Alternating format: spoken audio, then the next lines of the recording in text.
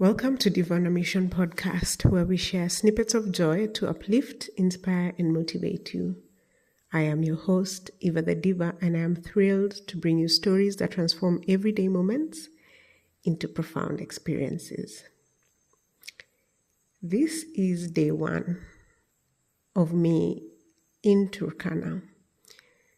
I think I should take you back to the beginning. Sometime, I think it was last year or earlier this year, a friend sent me an application for a poetry competition, and I submitted my poetry, and I was confirmed as one of the winners by Macondo and Macondo Publishing House and Turkana Basin Institute. So they were offering us a residency in Turkana, experiencing what they do at the Turkana Basin Institute, as well as working with other poets. And this year's poets were coming from India. So it was 2 poets from Kenya and 2 poets from India. And so we all were coming to Turkana Basin Institute to understand what it is they do, and under the theme of disrupting nature, poetry that disrupts nature. And so I, Diva on the Mission, Eva the Diva, was one of the winners, and along with the other 3 amazing poets and creatives, we have embarked on this tour of Turkana, and we are currently based at the Turkana Basin Institute at the Turkwell campus. So anyway, this is day 1, and I left home at 3 a.m. because it takes me about an hour to get to the airport, but I got there like in 40 minutes. So I was there early enough. We checked in at 4:30 a.m. and then our flight was departing at around 6:20. It was a little bit late, but yeah, we didn't notice because of so many moving parts. So anyway, we arrived at, it was JKIA Terminal 2, which I have rarely been to because I usually take flights to Mombasa or international flights. So it's been a while since I've taken a domestic flight. So anyway, we got on our flights to Turkana. I think the airline is called Skyward Airlines. So they boarded us well and offered us refreshments, digestives, and afia juice. You know, if you're Kenyan, you know. If you don't, I'll see if I have pictures and I'll post those in the show notes. So anyway, so we checked in onto the plane at around 6:20ish, and the flight is about an hour long to Turkana. So we landed here safely, and it was greener than I thought, because for most of us who live in Nairobi, we think Turkana is very, very arid. But luckily for us, there have been some rains, and it's a bit more green than I anticipated. So we landed well and safely, and you know, it's a very small and beautiful, well-run airport. So we handed our luggage. I will have all of this in a video for sharing on YouTube, right? So anyway, we took our luggage, and our first stop was at Kenyatta House. Historically, Jomo Kenyatta, our first president, when they were fighting as Mau Mau, he was arrested along with 5 others. I remember Bildad Kagia, Paul Ngei, Jomo Kenyatta himself, and I keep forgetting the last 2. So for those of you that know, I will find the details of the 5 that are arrested with him, and they were brought now to where this Kenyatta House is situated in Lodwar. So in Lodwar, that's where this house that is maintained by the Museums of Kenya is. So we went to see it because when Kenyatta was declared guilty by the colonial court, he was being held in Kapenguria. And so from Kapenguria, he was taken to Lokitang, where he served 7 years.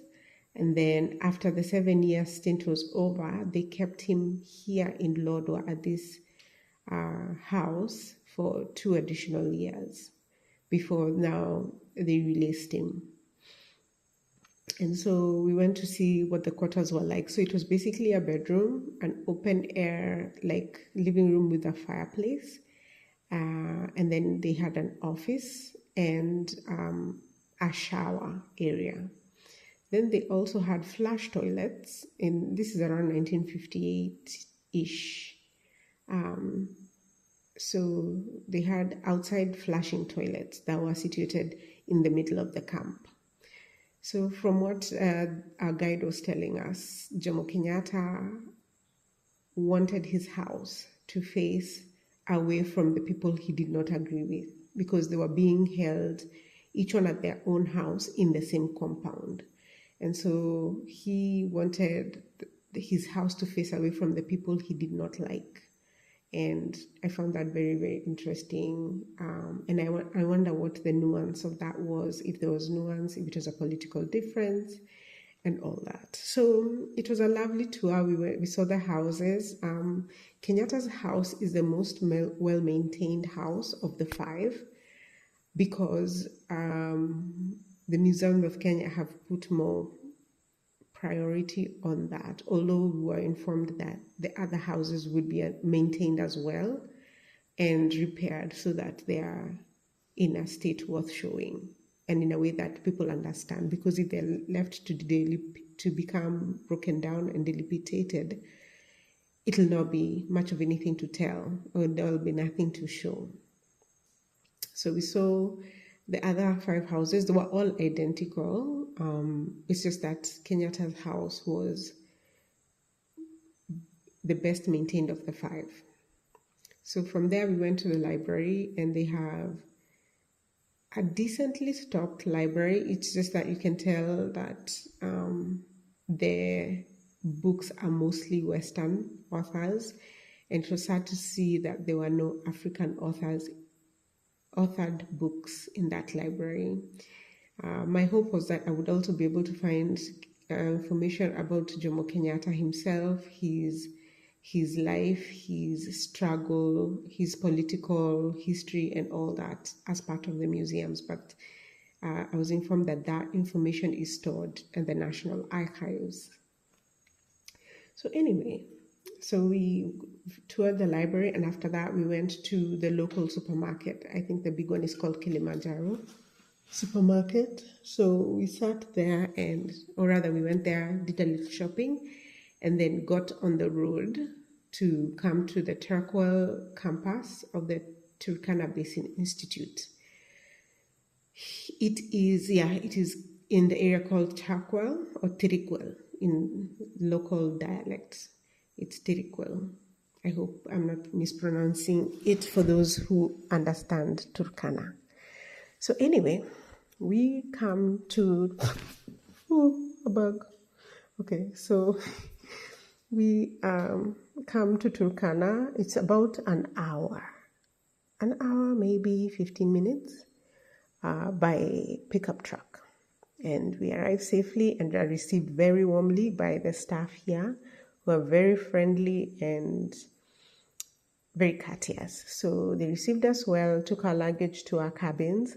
I will also insert video of what our cabins look like, because this region is very hot, and so our beds are placed on the veranda so that we can take advantage of the breeze and we're not confined by the heat. And although there are many bugs, there is a very good mosquito net in covering the bed so that we can sleep soundly and safely away from the very, very many varieties of bugs that are here. So it was funny because as we were doing the tour, this is backtracking to Kenyatta House, I did not remember to share that my great-grandfather, Paul Gatundu, was also detained in Kapenguria with Kenyatta. And this was as Jomo Kenyatta was awaiting the court judgment on whether or not he would be found guilty and serve time. He was in jail in Kapenguria, and that is where my great-grandfather Paul Gatundu was also being held with Jomo Kenyatta. And so I remembered this once I got to TBI, and I was sitting back now reflecting on what I had seen so far of the day. So the story is told in my family about how Paul Gatundu, my great-grandfather, served time with Jomo Kenyatta at Kapenguria, and he also came to see him here in Lodwar, if I'm not mistaken. And also Jomo Kenyatta came up country to visit my great-grandfather once he was released. And my great-grandmother also was one of the women who used to sing for the president. So they used to be, they were called Nyakenywa. There was a group of women who used to sing they would wear traditional garb, and they would perform at presidential or political functions. So that's a bit of my family history. I will make time to go to the National Archives and see if I can find photos and more information about my great-grandfather's stay at Kapenguria, like what the process was like for him, and how many years he served at Kapenguria and how that all went. So anyway, now that I've finished a bit about my family history, I come back to TBI. So we came to a beautiful breakfast. So we had our breakfast at around 11, and then we took a nap and unpacked in our rooms or cabins. They're very spacious because we are currently at this facility and there are no students. Usually there are university students from, I think it's Harvard, Stony Brook in Arizona, Cambridge. So they usually come here for specific programs with the Turkana Basin Institute. But as we are here now, there are no students on campus, which is lovely because we get all this space to ourselves. And I'm really enjoying it. So we have breakfast at 11 and it is delicious. We come take a nap and then we go back for lunch at around 1:32.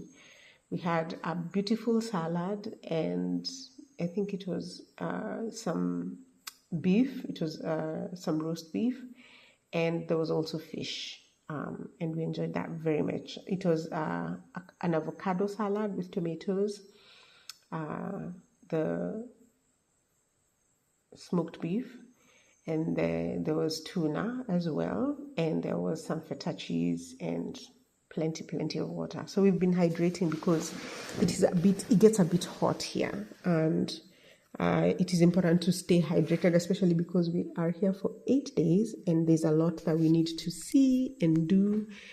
And so after lunch, we decided to take another nap because it was still very hot.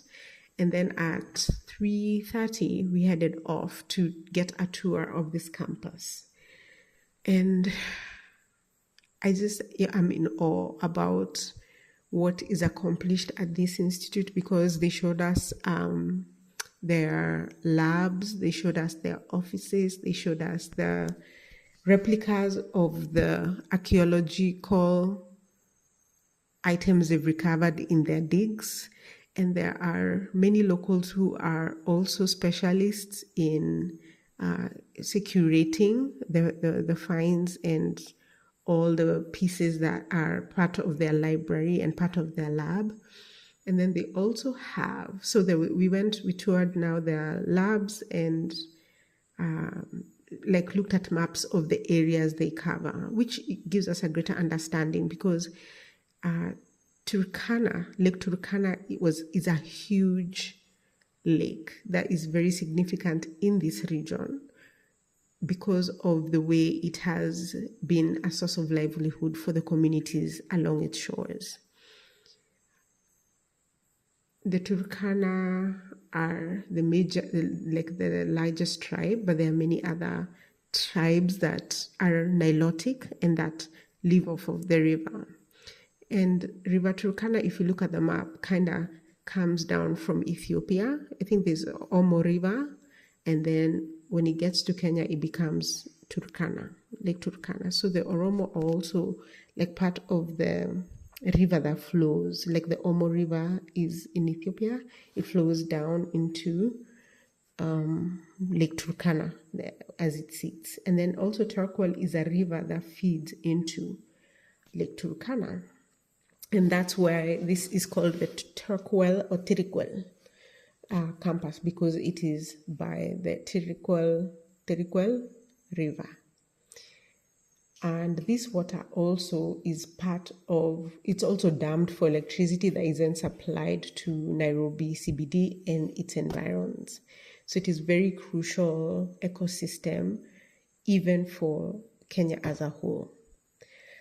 So anyway, so we went through the different departments here at Turkana Basin Institute. We looked at some of their specimens and understood like the context of what they are doing in a very, very small part, because it is a very detailed science. It's a very detailed process, and they work along with other researchers abroad, as well as the museums of Kenya here. So whatever is discovered here is considered property of Kenya, although they share these research findings with now other institutions around the world. So we did that, took a tour of those labs, and then we went to see their hydroponic garden. So they have a beautiful hydroponic garden where they grow kale, they grow spinach, pawpaws, they are farming onions, tomatoes, sweet potatoes. They've tried pumpkins, although those are not doing very well because of monkeys kind of raiding their supply and taking things out before they're ready. So they have a bit of a wildlife problem, but it's beautiful to see that serving this community well. Apparently they had a glut of onions and they supplied those to neighboring schools, which I think is very important. They have this resource sharing with the community as a whole, teaching them how to grow vegetables, because most Turkana people rely on livestock. So farming is not big for them. So now they're learning ways to be farmers in a way that's sustainable for them and to supplement their meat diet.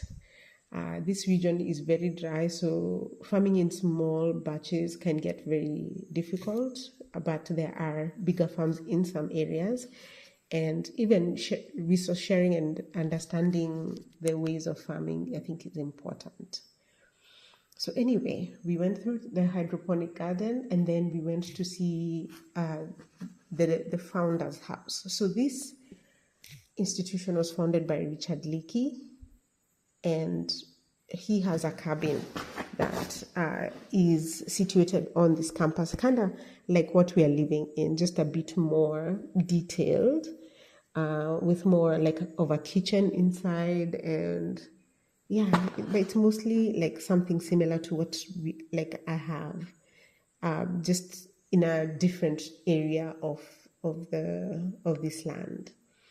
So we saw the Leaky house, and then after that we took a walk down, because now the sun had set, it was a bit cool, and now we went and dipped our feet into River Tirikwel and just played with mud and let the cool waters just massage our feet and just put our feet in the soil and the clay. It's very silty, there's a lot of clay and sediment on the shores of River Tirikwel. So we played with that for a bit and then came back in for a beautiful supper. I have to say the chefs here are amazing, and I feel like I'm going to get fat before this trip is over, because the food is really, really amazing. So that in a nutshell is day one. I know it's a lot, but I feel like it's going to be a beautiful experience. I'm looking forward to sharing it with you, and I hope that you will find value in it. As I nod off, it's about 9 what? Oh, it's about 10 p.m. I'm getting ready to sleep because tomorrow the plan is to sleep in for a bit, do some work, and then meet for lunch, and then do a poetry session in the afternoon as we recover from our travels and get acclimated to this area. Anyway, it's been a beautiful and fun first day. I can't wait to see what the other days bring. Until next time, or day 2, peace, bye, and good night.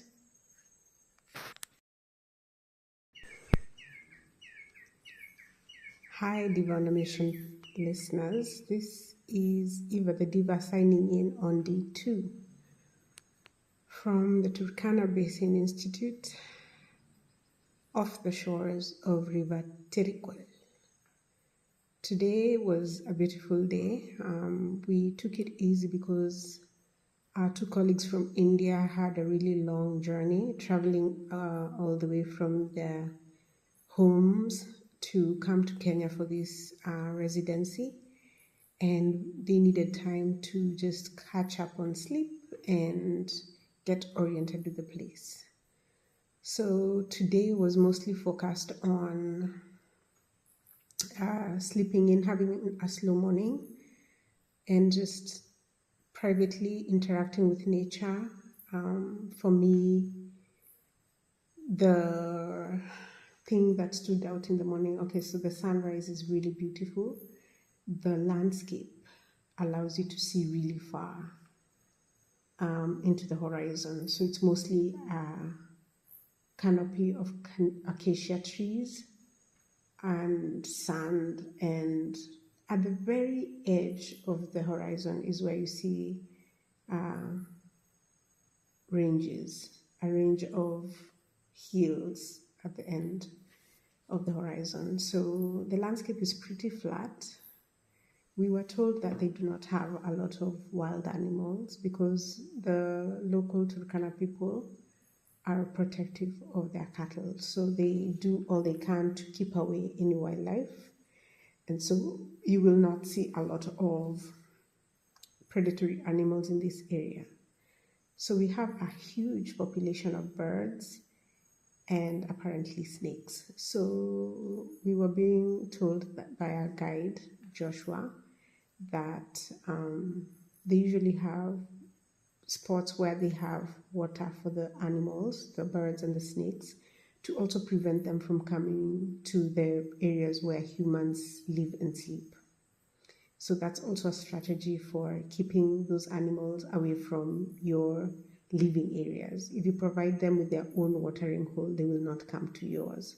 So share your resources with the wildlife and you will have a more peaceful time of it. That's the lesson learned anyway. So we woke up today in a leisurely manner. I was woken up by birds on the tin roof. They were busy tap dancing and chirping, and they were glad to see a new day, and it was a beautiful way to wake up. The mornings are quite peaceful. I mean, the nights are quite peaceful, and I slept very well throughout the night, and I was not feeling strange at all sleeping on the corridor.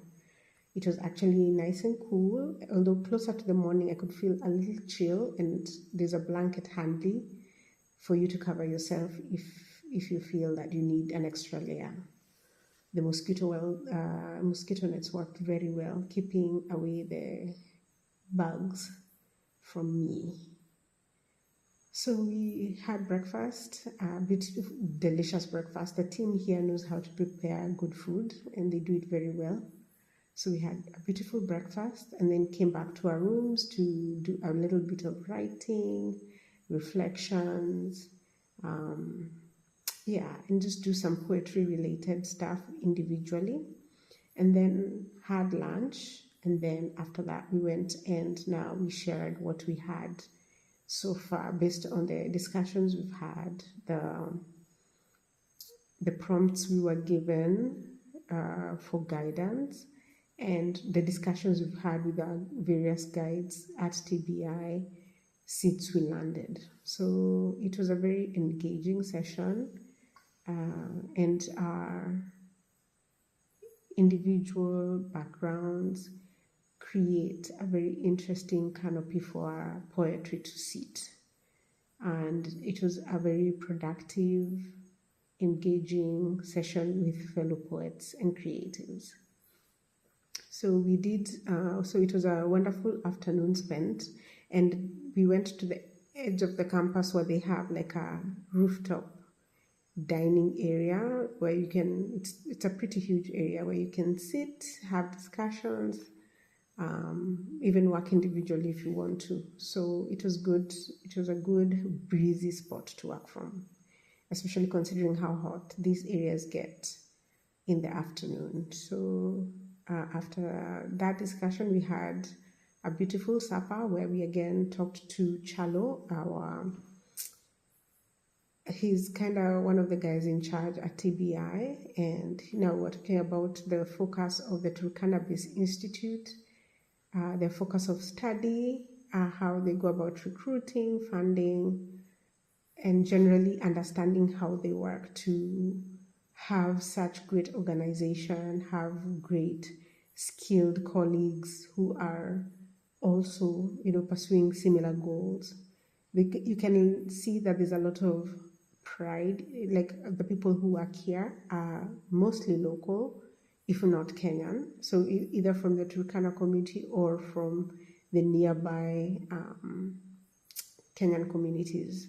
So we had great discussions about how they go about hiring, training, their focuses of study, which is mostly archaeology based, preservation based, and also they study insects. And they're affiliated with different educational institutions to pursue that work. And it is great to see something working so well. And if so they work with the National Museums of Kenya so that the materials found through the research belong to Kenya but are shared with the Turkana Basin Institute and the universities that are collaborating or funding this project. So it looks like a great model for collaborative work, and we're really enjoying being here as poets to add that layer, and hopefully our work will be of meaning to the people at TBI as well, as we also learn from their work. So that was how I spent the day, and it is around 9 p.m. so I'm getting ready to sleep, maybe study the star and look at the stars for a bit, and then sleep because we have to be up early tomorrow for some excursions into the area. So that should be fun. So stay tuned for day 3 tomorrow. But as to today, I'm signing off on day 2 at Turkana Basin Institute in Turkana County on the shores of River Terrigal. Good night.